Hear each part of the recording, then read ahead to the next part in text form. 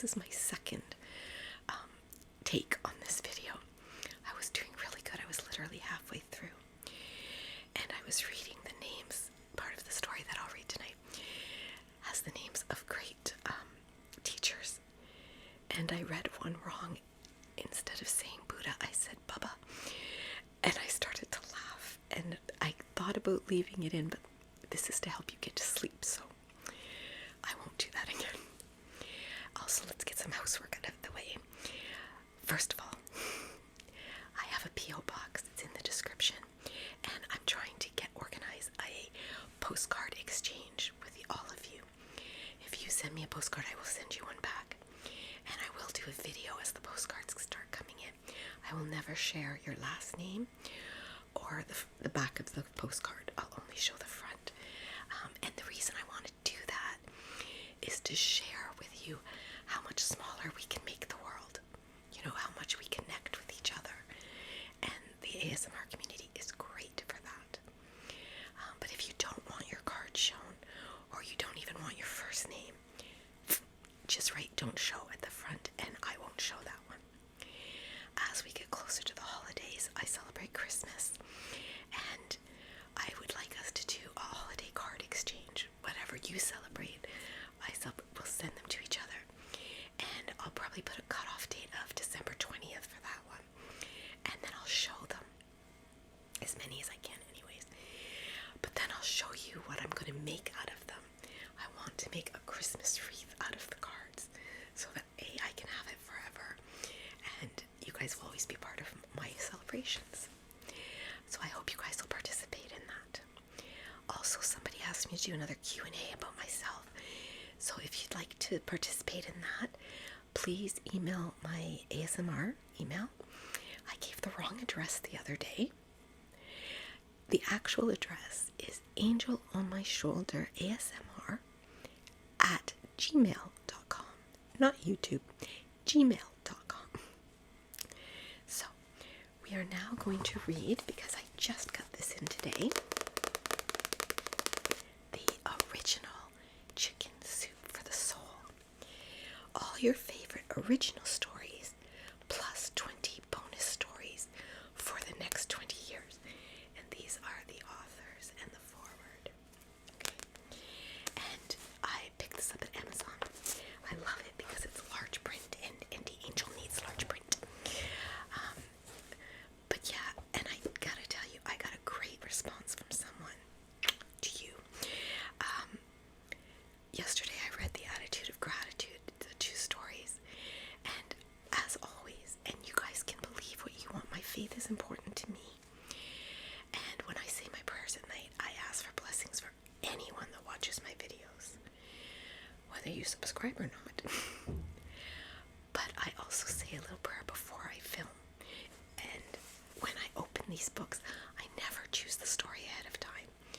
I open it and I trust that somebody needs to hear that. And I got a lovely comment back that the story spoke to them and the video spoke to them. So I thank them for letting me know that. That was very kind of them.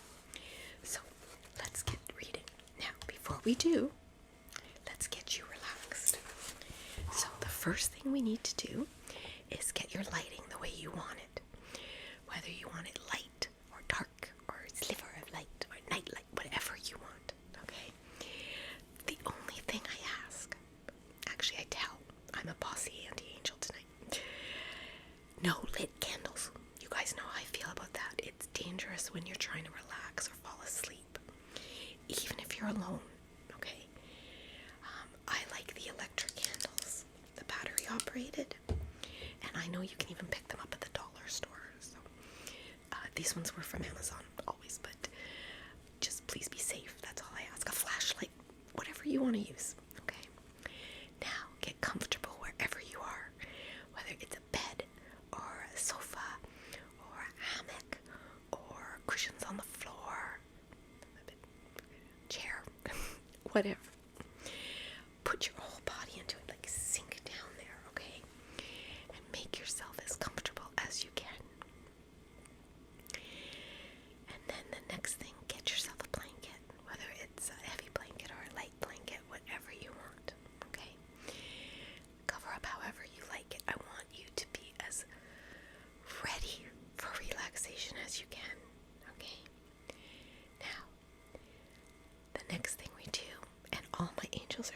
right now, we're going to work on our breathing. And for those that are new here, we do breathing exercises before any relaxation, whether it's just to relax or to sleep, or we're talking about panic attacks or anxiety. The reason we do this, sorry, my shirt's riding up. The reason we do this is, think of it as your brain is your control center, and we're trying to teach it that when we do these deep breathing exercises, it's to send the message to the rest of our body to slow down and to relax. Okay? And that's what we're going to do. And how we do it is we breathe in through our nose for a count of 4. We gently hold for a count of 4. And we breathe out through our mouth for a count of 4. Okay? Now, if you can only manage 1 or 2, that's fine. You do you, boo. My daughter hates when I say that, but I like it. Because this is about making you comfortable and relaxed, okay? Because, guys, I just care about you, okay? And I want you to have a good relaxation experience, okay? So, let's start the breathing. Ready? Breathe through our nose. 1, 2, 3, 4. Gently hold. 1, 2, 3, 4. Breathe out. 2, 3, 4. Good. Next one, we'll do a little slower. Breathe in. Hold. Breathe out. Very good. Now breathe in. Hold. Breathe out. Very good. Okay, guys, so be relaxed. And again, if you're new, the reason I choose books like this is they either have 0 or very little illustrations so that I don't have to show them, and you guys can close your eyes. It's a lot easier to fall asleep when you're closing your eyes, and you can just listen to me read and drone on and hopefully fall asleep. Okay, that's what I want for you. Alright, so get comfy, my darlings, my little angels. And I look down to read simply because the glare from the ring light to my glasses can be a little off-putting to some people. And if anyone knows my eye doctor, don't tell him I'm doing this. Okay, so the story I opened to earlier, I'm sorry, is called I Am a Teacher. And the quotation that starts it is from Voltaire. Appreciation is a wonderful thing. It makes what is excellent in others belong to us as well. I really like that. Okay. Remember, it's Buddha, not Buddha, not Papa, Buddha. Okay. I am a teacher. I was born the first moment that a question leaped from the mouth of a child. I have been many people in many places. I am Socrates, exciting the youth of Athens to discover new ideas through the use of questions. I am Anne Sullivan, tapping out the secrets of the universe into the outstretched hand of Helen Keller. I am Aesop and Hans Christian Andersen, revealing truth through countless stories.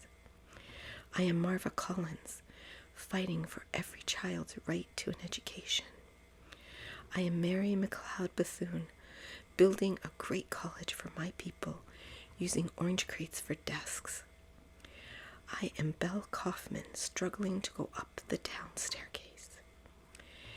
The names of those who have practiced my profession ring like a hall of fame for humanity. Booker T. Washington, Buddha, Confucius, Ralph Waldo Emerson, Leo Buscaglia, Moses, and Jesus.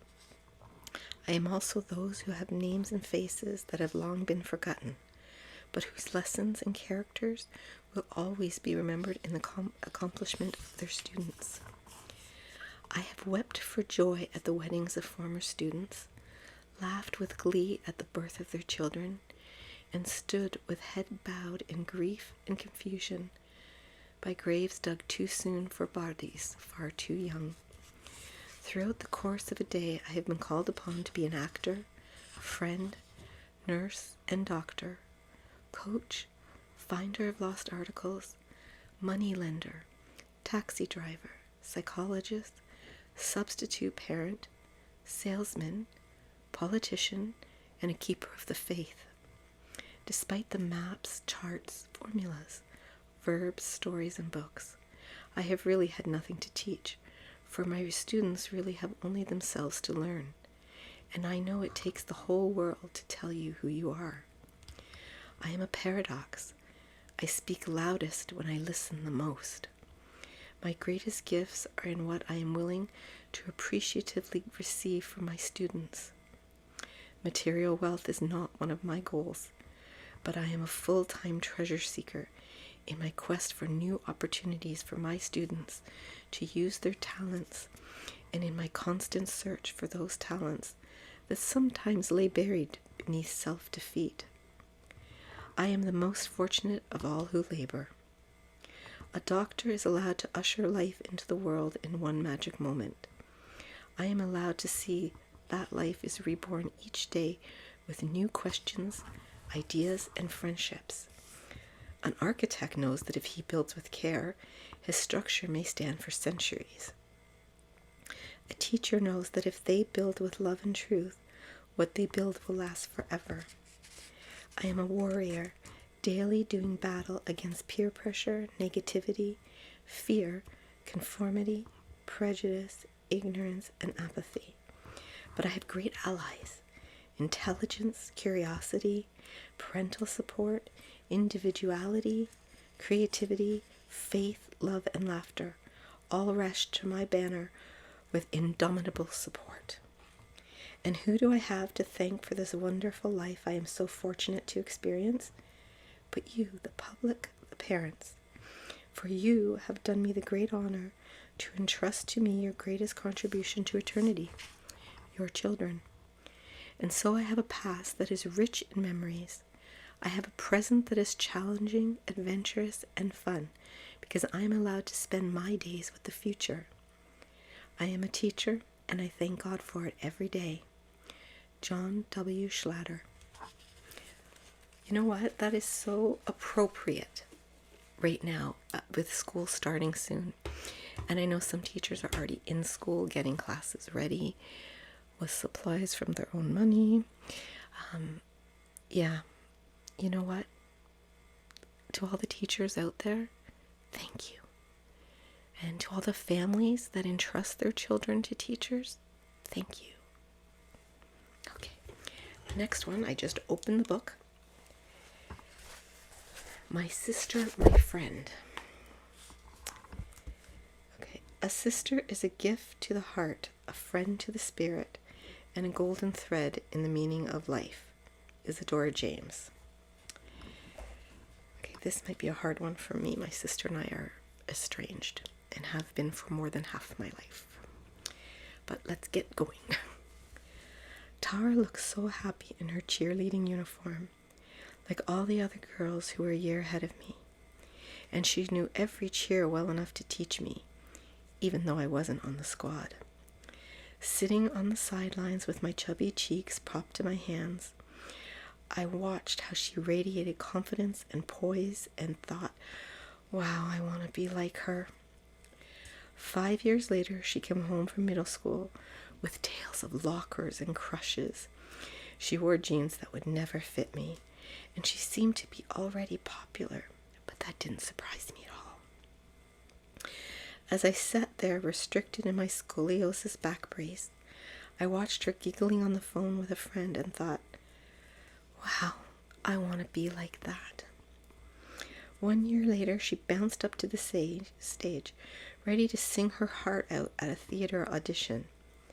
As I watched from the back row, running my tongue along my braces, I considered finding a place to hide so I wouldn't have to sing next. When she belted out the lyrics with her head held high and her arms spread wide, I stared in awe and admiration and thought, wow, I want to be like that. The years went on, and like trees planted too close together, we slowly grew apart. When I left home at 22, after years of hurting and hiding, I wondered if she'd miss me at all. I never knew how she felt about anything, and she never knew me right back. She didn't know why I didn't love myself. She didn't know that I didn't believe in myself. She didn't know that I wanted to help myself but couldn't seem to figure out how. After years of moving, stumbling, and growing, I started finding my way, and I decided to do my best to help others who might feel a little lost. Though I hoped I did that through my writing, I also reached out to my sister, who was going through a tough time and needed support. Whether it was advice or an opinion or simply an ear, I wanted to give it all. 5 Christmases ago, she gave something back. The best gift I have ever received. Amid the boxes and bags and stockings and cards, there was a paper addressed to me, and it read, "There is a girl who inspires us all. She's blonde and stands about 5 feet tall. She's seen exotic locales and faraway places, but she's grounded in life with the issues she faces. She affected so many, especially me. Her story is one of great victory. Let's examine the journey that has been her life. It's had many highs, but also some strife. Academically talented at a very young age, even early on she made her way to the stage. She traveled quite often and lived on her own. It's wonderful to see just how much she has grown. She is a success in the true sense of the word. To call her anything else would be absurd. I look up to her despite my being older. She's always been there and offered her shoulder. I can't say enough on how much good she has done. When it comes to compassion, she's second to none. What lies ahead for her, you ask? Her future is bright. She's up to the task. I love her so much. She makes me so proud. I hope she realizes it is I she has wowed. Tara had given me more than she may realize. After all those years of looking up to my sister, I'm now grateful she's by my side as a friend. Laurie DeShane." Wow, that's really lovely. It really is. And guys, we can have family that wasn't born to us too, you know? Now this one is one of my all-time favorites. I remember as a small child, this hung in my doctor's office. It was a family practice. And there was nothing else to read because the National Geographic bored me to death. Sorry. And the highlight was always taken by somebody else. So I would sit there and read this over and over. And I hope I lived it. I hope I've passed it on to others. So I'd like to pass it on to you now, okay? And I hope you enjoy it. I'm sure some of you have already heard it, but a little reminder. Okay. Children learn what they live. It's not only children who grow, parents do too. As much as we watch to see what our children do with their lives, they are watching us to see what we do with ours. I can't tell my children to reach for the sun. All I can do is reach for it myself. Joyce Maynard.